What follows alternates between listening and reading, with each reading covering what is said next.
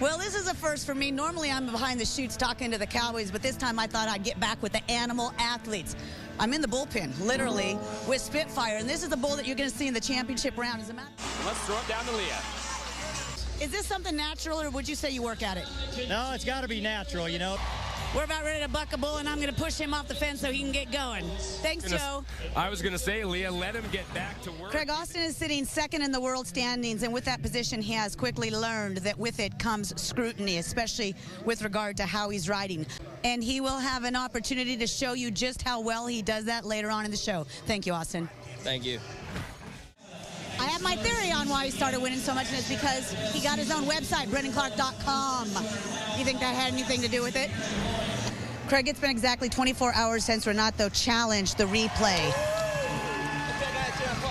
Adriano Moraes uses opportunities like this in order to further advance the sport. What will you take away from today in this weekend's performance? I mean, a huge experience when I think any nation can be great when it's put together. Craig, our ambassador of the sport, the only three-time world champion, has announced his retirement at the end of this season. And Adriano, everyone is wondering why now and why have you announced motivation? Who do you think will be the next Adriano Moraes in terms of the Brazilians? Well, nobody as pretty as I am, but when it comes to riding, I believe Silvano is going to be better than I ever was.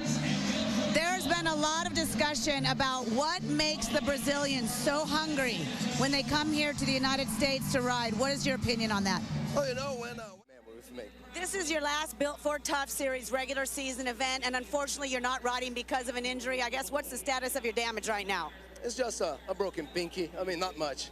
You know, when Craig said something earlier, I actually thought he said kidney, not pinky. So let's clarify, it's the finger on your hand. And will you be better for the finals? No, it's going to be exactly. Memorable moments of the 15 years of the PBR. And there is Leah Garcia with the man himself. It's always fun to walk down memory lane with Adriano. Just stay here. For those fans who are just watching tonight, this is your farewell tour. Thinking about the World Finals, because what cowboy doesn't have a dream to make it there? You know what you've got to do. What's your game plan? I'm just riding bulls. I love riding bulls. I don't do it for the money or the fame. What's the one thing Justin does that stands out in your mind? The way he leaves the chute. Travis went home. He will be back next week, and again, we're going to find out whether he rides with his left or his right hand. And it's rather unfortunate, too, because he would have had a rematch on a bull Marmaduke that bucked him off before, so it could have been a little redemption for him tonight. Casey ended up staying in the hospital in Des Moines, and he ended up having C5, 6, and 7 fused. They say he's going to be out 3 to 6 months, but you wouldn't have denied that you were on a cold streak before. As a cowboy, do you get to a point where you're like, enough is enough? Well, I think it's just the end of the year. One of the things Travis told me yesterday was you've turned everything around with your mind. Explain how that is. Man, I've been really fighting my head. Last week in Nashville, tore his britches, and we were all so worried about them, but we should have been worried about his boots, because he has and this is a hallway where all of the former world champions are on the wall. And without my prompting, JB stopped right here for the interview. Once again, Austin walking away with a third-place finish and still sitting #1 in the world standings. How much of that would you say is your drive and determination versus a good bull? And by with Leah. Actually broke his neck, walked out of the arena, and it is great to have you back. Are you feeling healthy? Yes, ma'am. I'm feeling. Find out what he's thinking. Not the glamour we've been used to seeing. What's up this weekend? Winner circle and Leah Garcia. These fans know that you're a Southern boy and that you like this heat. Yeah, you know I love all these fans here in the Well, South. he is not. So here's your list. Sean, who will be your challenge? All right, here we go. Larry the Cable Guy. Standing here, let me scoot on over.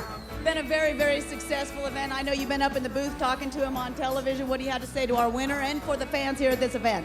Oh, it was just a great ride tonight. Now, LJ said that's just fine because he's going to get on a bull called Lucky Strike that has a 91.7% buck-off percentage. That's huge.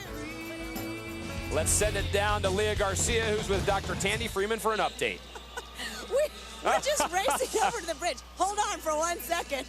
Okay. A couple of events ago, LJ broke his collarbone. 9 days ago, you operated on him. Can you give us an update? Are you kidding me? It's pretty crazy around here. This is the real deal, man.